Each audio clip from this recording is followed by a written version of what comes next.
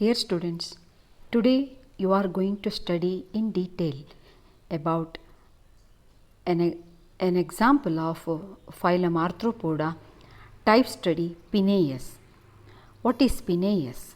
Penaeus is marine prawns, genus Penaeus, marine prawns. You may see here in this picture the cultured marine prawns and captured marine prawns. These are the most economically important fishery animal of India. They form a favorite animal in Indian delicacy. Therefore, they are in great demand both local and international markets. Nutritionally, prawns are rich source of proteins, vitamin A and vitamin D, very little fat. So, nutritionally very good food. That's why Indian prawns are commercially important. So, let us study the externals of these prawns and its digestive system and its nervous system in this video. Classification. Penaeus belongs to phylum Arthropoda, class Crustacea, you know that already, subclass Malacostraca, that is soft shelled animals, but it is not, it is a misnamed. Order Decapoda, genus Penaeus, species Penaeus indicus. This is Penaeus indicus. Another is widely distributed in the coastal waters of India. The cultured one is Penaeus monodona, is a tiger prawn. Penaeus indicus, it's about it's a pale pink body to yellowish translucent body. It grow up to 20 centimeter, whereas the Penaeus monodona, tiger prawn, that's the largest sea prawn, it grow up to 30 centimeter. One more prawn what you see here, this is inland waters prawn, that means you will able to find this in the ponds, lakes and rivers. So, Palaemon. So, Palaemon or Macrobrachium is the genus name. So, you may find in your textbooks details of this Palaemon. So, Palaemon is differ little with that of Penaeus. So, you are studying in your syllabus, it is prescribed to study Penaeus. So, it is different from Palaemon, that is the freshwater prawn. So, these marine prawns, they occur in large groups in Malabar coast of India during rainy seasons. These prawns are reared as a secondary crop between April to that is the November to April, that is the non-rainy season during in the paddy fields what you see here. So, in the paddy field is converted into the culture pond to rear this Penaeus. So, by the prawn fishery, India is earning good lot of foreign exchange. So, it ranks next to USA. So, for your information, so this prawn, there is 4,000 kg prawn can be grown per acre of field or the land converted to pond, and that fetch a price of about 400 rupees per kg. After excluding all the costs of the culturing, so the net profit one will get about 5 to 6 lakhs per acre. Thereby you can imagine the economic benefit of this the Penaeus. Let us move on to the structure of this Penaeus. So, the Penaeus or the marine prawn, it is body is elongated, somewhat hemispherical and little tapering towards the posterior region.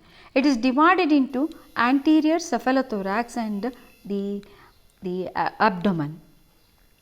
Then the tail portion, this is called telson. Just below the tail you will find the last pair of appendage, that is called uropod. Cephalothorax is consists, there are 5 cephalic segments and 8 thoracic segment, they fused to give rise to the cephalothorax, or you can see this is the anterior head region. So, this cephalic region where you can see the exoskeleton, the carapace which covers, it protrudes in the form of a serrated pointed rostrum for defense purpose. So, the ventrally you will find the cephalic appendages, mainly antennule, antenna, all sensory appendage. Just below this you will find the mouth. Then you will find the other cephalic appendages and thoracic legs, you will able to find all these are the appendages of cephalothorax. In the abdomen you will find it is segmented, it is externally also, and there are 5 pairs of pleopods, or else it is called swimmerates, or they are the appendages used for swimming purpose, and these thoracic legs are called, they are periopods, they are for locomotion on the hard bottom. Then you can see also in the thoracic region, in this region just below the mouth, there are maxillopads, they are feeding assisting appendages. So, likewise you will find the biramus appendage, you have studied already. From this basic biramus appendage you can see, depending on the function, depending on the where it located, it has modified. More about their adaptations and functions you are going to study in detail. So, here this prawn you will able to see the lot of sexual dimorphism. So, there is a lot of difference between the male and female prawn.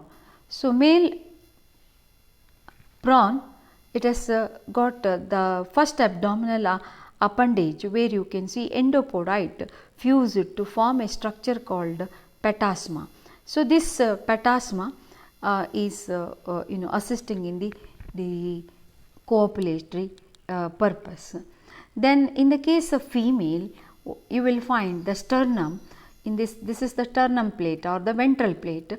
So, this sternum, there is an outgrowth called thelicum, you will see this one, the thelicum, which encloses a cavity. So, where the male deposits sperms into this cavity. So, there is the female pair of genital opening lies at the base of the 6th thoracic leg, it is the 6th thoracic leg. In male, a pair of genital aperture lies in the small papilla at the base of the last pair of the thoracic legs. So, by the presence of this petasma and by the presence of thelicum, one can able to differentiate male and the female prawn. So, let us move on to the digestive and nervous system. Inside the prawn is translucent, semi-translucent, but if you open the exoskeleton, so you will able to look into the inner vital organs of the body. So, you are going to study only digestive and nervous system. So, here digestive system, it is a complete digestive system, it is yellow color, what you see here. It starts with the mouth, esophagus, stomach, then you can see the midgut and the hindgut region or the intestine region.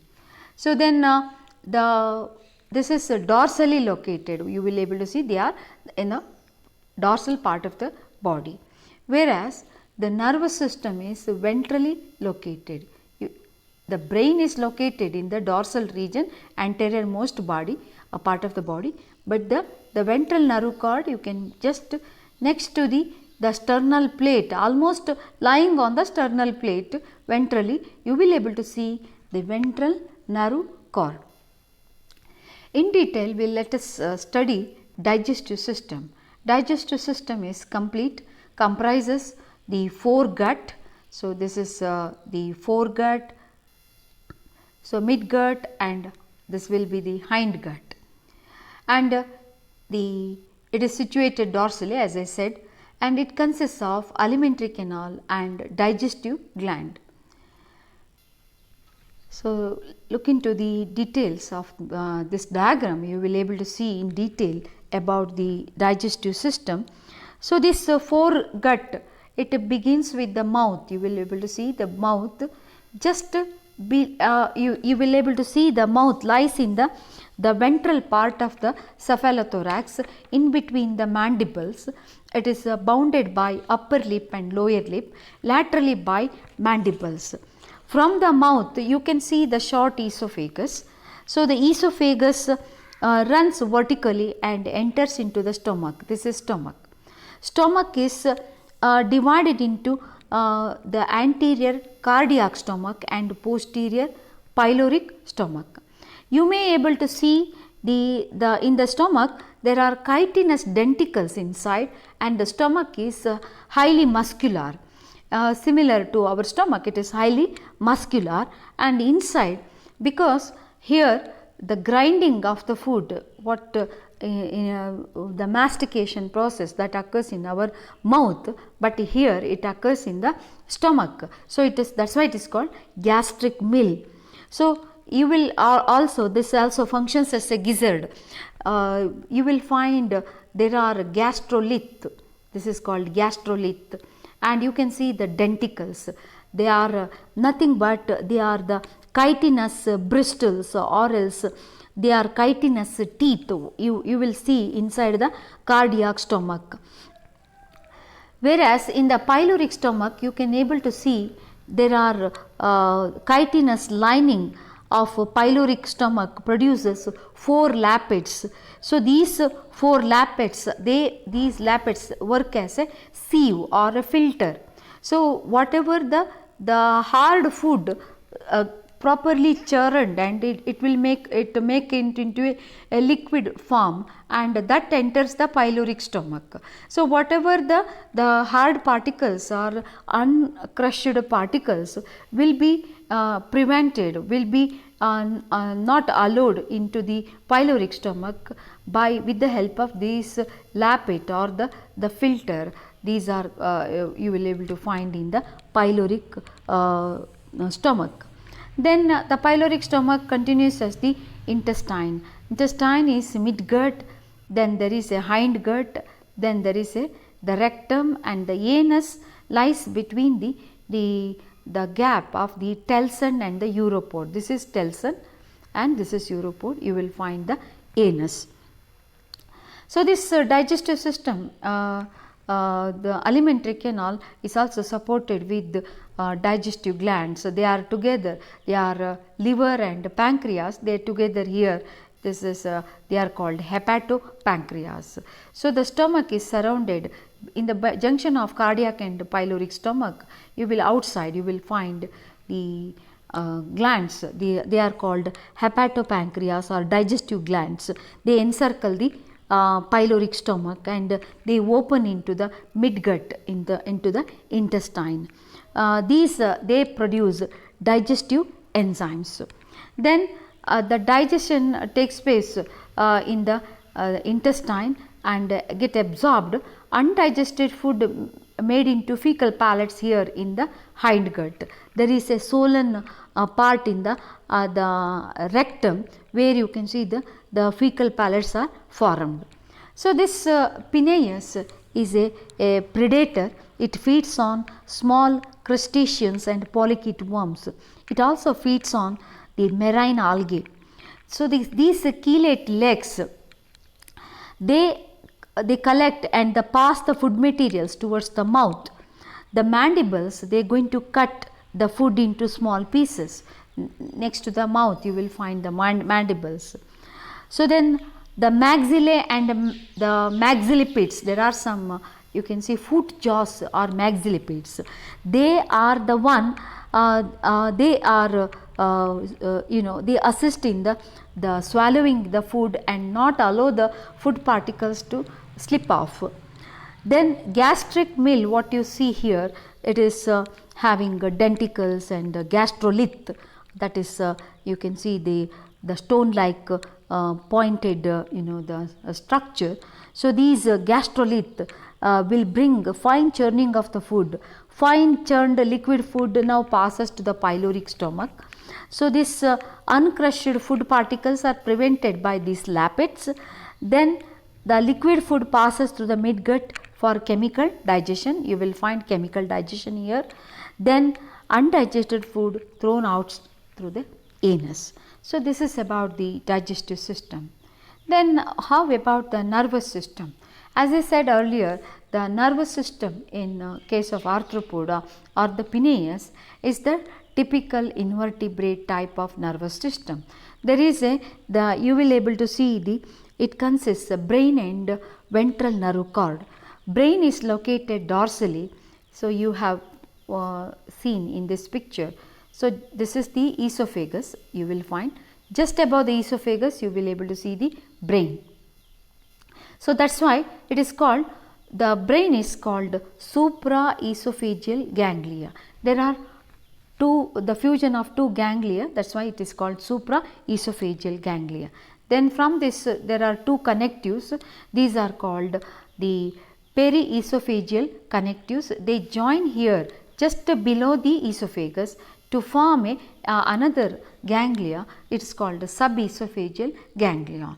From this subesophageal ganglion you can see two nerve cord run in the ventral region, these are called ventral nerve cord, and they look as though they are single nerve cord, but at the region here there is the artery passes through this, that is why there is a passage of sternal artery.